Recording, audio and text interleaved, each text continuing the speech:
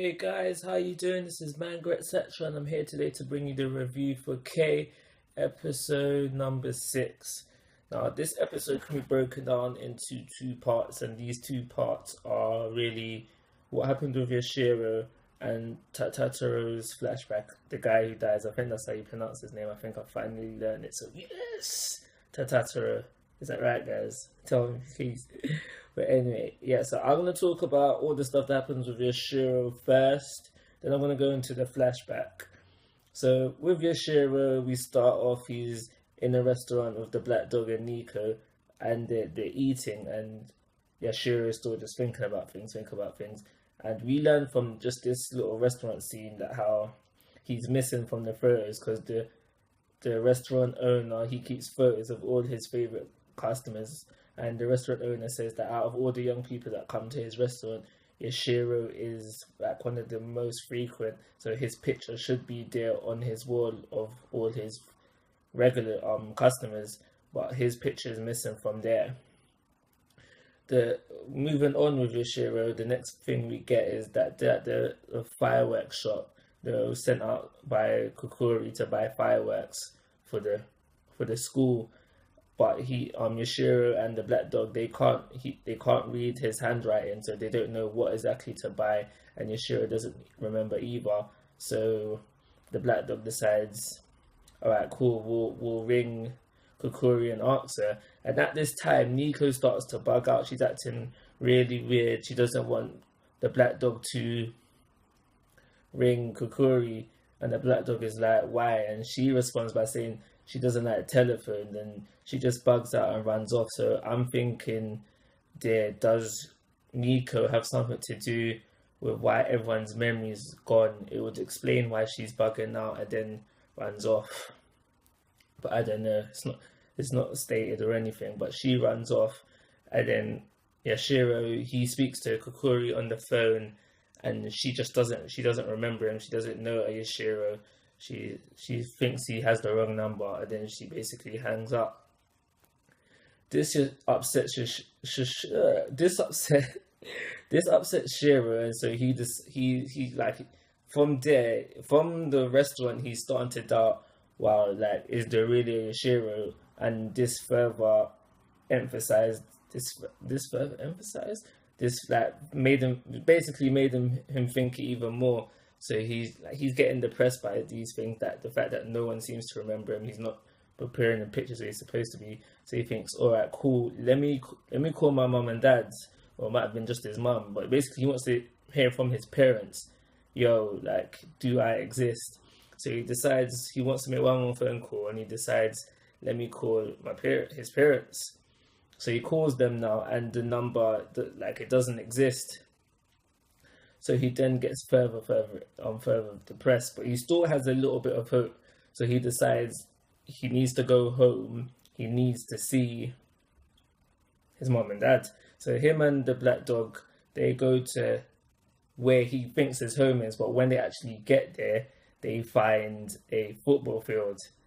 And this is when Yoshiro, he gives up. He's like, all right, he says this to black dog, he's like, all right, look, I don't know who I am. It doesn't seem to be the fact that I think who I think I am. So I might be the murderer. So are you going to kill me now? And then from there, we learn that how the black dog hasn't believed anything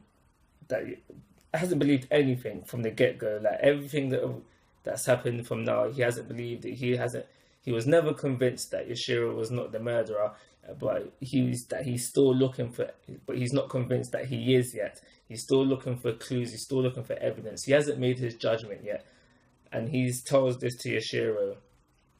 So the black dog hasn't believed everything from the get-go, and he's still looking for his evidence. And that's everything that happened during that bit for Yoshiro. Moving on to Tataro's flashback, and this flashback, it goes like years back, and then we get like a few more years closer to the actual time storyline. I think the last bit was like a weeks back. But going like to the beginning of the flashback, this is when Tataro is a little kid, And we learned that as a little kid, Tatacho was always pestering Makoto, like just always pester him. And then one day he ended up in hospital. And then even though Makoto was always pestered by this little kid, like he didn't like him, he still went to visit him in the hospital. He wanted to know what happened, who put you in hospital, so I can go deal with it. Even though like Tatacho was always pestering him as a little kid. And even from the get-go, Tatacho, am I saying the name right? Tatacho always believed in Makoto. He always knew that he was going to be a king even before he was a king. It goes on until a few years forward, and we just learn some more about Tatacho, and he's like, he likes his hobbies. He's into cooking. We learn that he's into like music as well. He tries skateboarding, but like that doesn't go too well.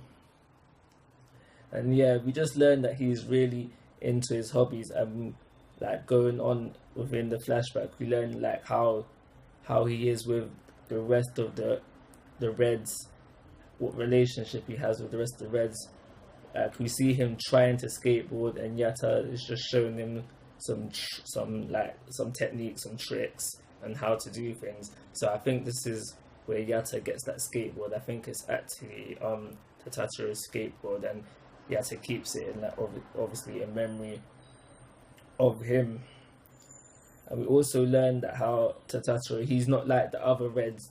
The other Reds are like violent. We learned this, that the other Reds are violent. They like fighting, but Tatacho, he's just this peaceful guy. He's really on his hobbies. He just wants to like do different.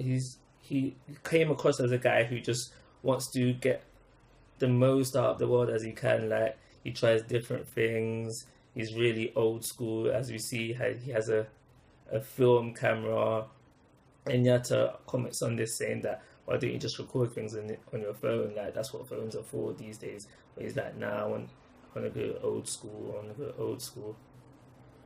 And we just learn that from him. As the flashback goes forward to the last bit, a week before he dies, we find out that how it was Yatta and the bartender guy that finds him dead, and that he was recording it on his film, on his not video camera, his film camera thing. He said that's how they got the footage, because he filmed it on that. So that's how they actually find out about the murder itself. And that's the episode. So what do we learn in this episode? We learn about Tatacho's past. We learn that the black dog has not believed a word Yashiro has been saying from the get-go. And the episode brings up more questions. The obvious question that we've had from probably the beginning, who is Yashiro? But the new question is that what's up with Nico? Why is she bugging out? Why did she run away? In a sense, where did she go? So moving on to rating now. Because of the flashback, because I really loved the Tatacho character, that how he was a nice, normal, caring guy, had belief in Makoto, he liked his gang, he liked them, he probably even loved them like a family. But he had to die, man, and it's like so deep. This episode is like just so deep, like to just see, and it's kind of reminiscent on life as well, actually, because just even the most simplest person, even the most kindest person could just be in the wrong place at the wrong time and just end up dead. And yeah, for all these reasons, I'm gonna give this episode a 3.5-star rating. But guys, like always, I'm asking for your thoughts and opinions. If you haven't already, subscribe to my YouTube channel, and take care. Have a nice day.